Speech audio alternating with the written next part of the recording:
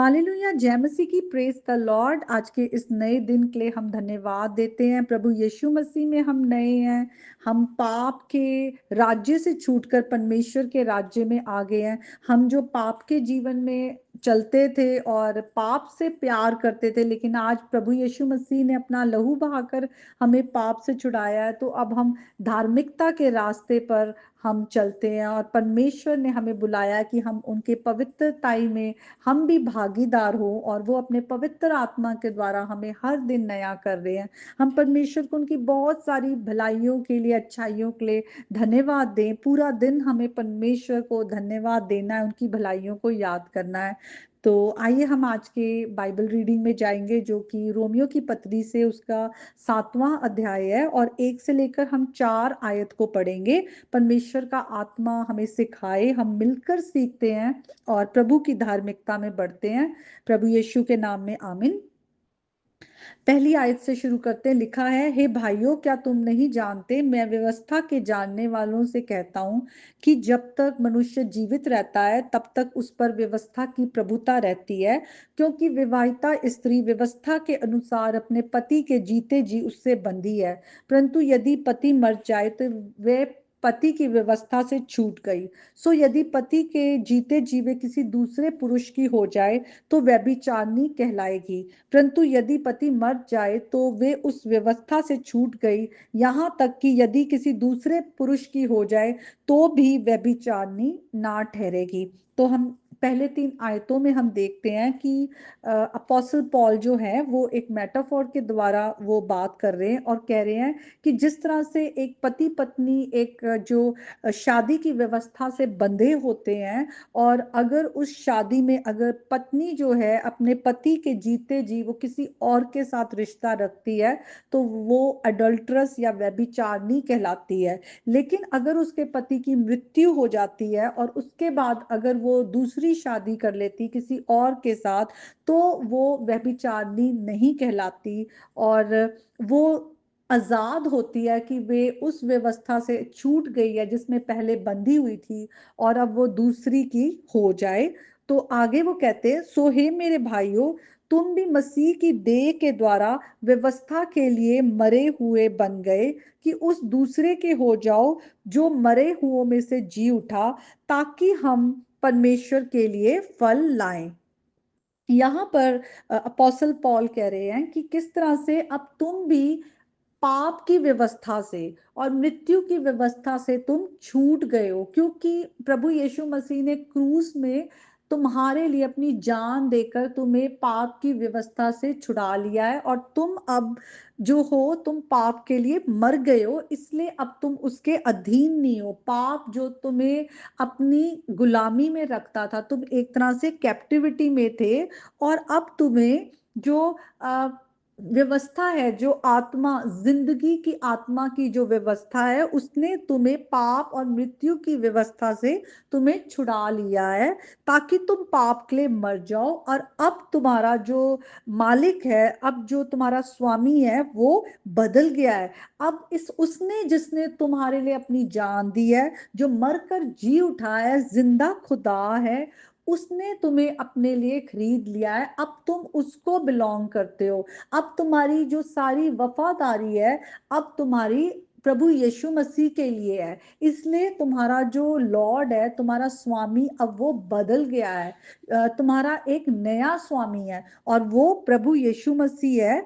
और तुम इसलिए अलग कर दिए गए हो, बचा लिए गए हो पुरानी व्यवस्था पर, तुम उससे छूट गए हो, तुम पाप की व्यवस्था के लिए मर गए हो, ताकि अब तुम धार्मिकता के लिए फल लाओ। इसीलिए लिखा है, ताकि अब हम परमेश्वर के लिए फल लाएं। हम परमेश्वर से अब जो हमारा ना सिर्फ स्वामी हमारा चेंज हो गया है, लेकिन अब जब हम प्रभु की व्यवस्था के साथ, आत्मा की व्यवस्था के साथ हम जुड़ गए हैं, तो अब हमारी जो वफादारी है वो परमेश्वर के साथ है। हमारा प्रेम भी जो है परमेश्वर के साथ होना चाहिए। तो हमारा लॉर्ड जो है वो नया है, हमारा जो लव है वो अब परमेश्वर के लिए है, और परमेश्वर की जो सबसे बड़ी आज्ञा है कि हम परमेश्वर को पूरे अपने हृदय से, अपने प्राण, अपने आत्मा, अपनी ताकत से हम परमेश्वर को हम प्रेम करने वाले हों।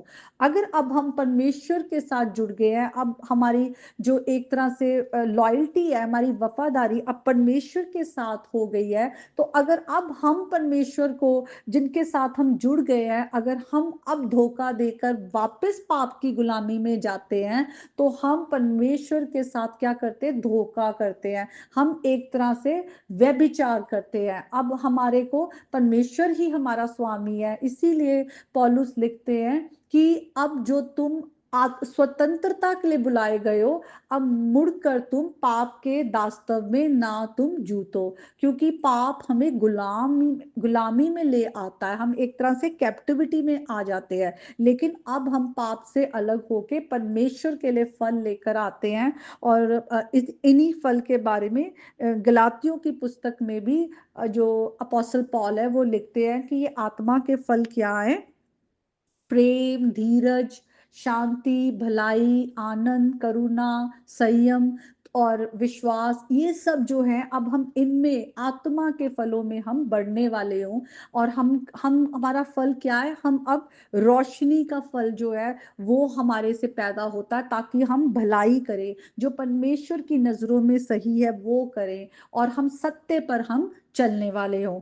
तो ये आज का जो वचन है, इससे हम क्या सीखते हैं कि हमारा अब जो स्वामी है वो प्रभु यीशु मसीह है। हम पूरी तरह से अपने आप को प्रभु यीशु मसीह के अधीन करें, प्रभु यीशु मसीह के साथ हम अपनी फेथफुलनेस दिखाएं, और प्रभु यीशु मसीह को सबसे ज्यादा प्रेम करें, और परमेश्वर की धार्मिकता के रास्ते में चलें। और उसका फल क्या है? कि हम सैंक्टिफिकेशन में बढ़ते जा रहे हैं, परमेश्वर हमें पवित्र करते जा रहे हैं, और हम अंत में अनंत जीवन पाएंगे, जो परमेश्वर ने हमें विश्वास के द्वारा हमें दिया है। तो हम परमेश्वर को धन्यवाद करते हैं कि परमेश्वर का जब वचन आता है तो वो हमें छुड़ाता है, और हम परमेश्वर की ही अपने जीवन से हर समय महिमा करें, अपनी पूरी हम वफादारी परमेश्वर की ओर दिखाएं, क्योंकि उनका वचन जो है, उनकी बातें जो है वो हमारे भलाई के लिए है। तो आइए हम परमेश्वर की महिमा के लिए एक गीत मिलकर गाएंगे।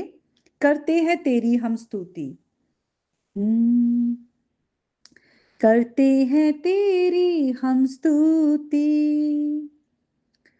हृदय की गहराइयों से। करते हैं तेरी हम स्तुति, हृदय की गहराइयों से। यीशु तू ही है, तू ही है हमारा प्रभु। यीशु तू ही है, तू ही है हमारा प्रभु। महिमा हो तेरी, महिमा हो तेरी, महिमा हो तेरी, महिमा हो तेरी। ऊंचा और ऊंचा, सबसे ऊंचा रहे तेरा नाम। ऊंचा और ऊंचा, सबसे ऊंचा रहे तेरा नाम। आत्मा और सच्चाइयों से तेरी आराधना करेंगे, आत्मा और सच्चाइयों से तेरी आराधना करें हम। यीशु तू ही है, तू ही है हमारा प्रभु। महिमा हो तेरी, महिमा हो तेरी, महिमा हो तेरी, महिमा तेरी यीशु, तू ही है, तू ही है हमारा प्रभु। Hallelujah. God bless you all.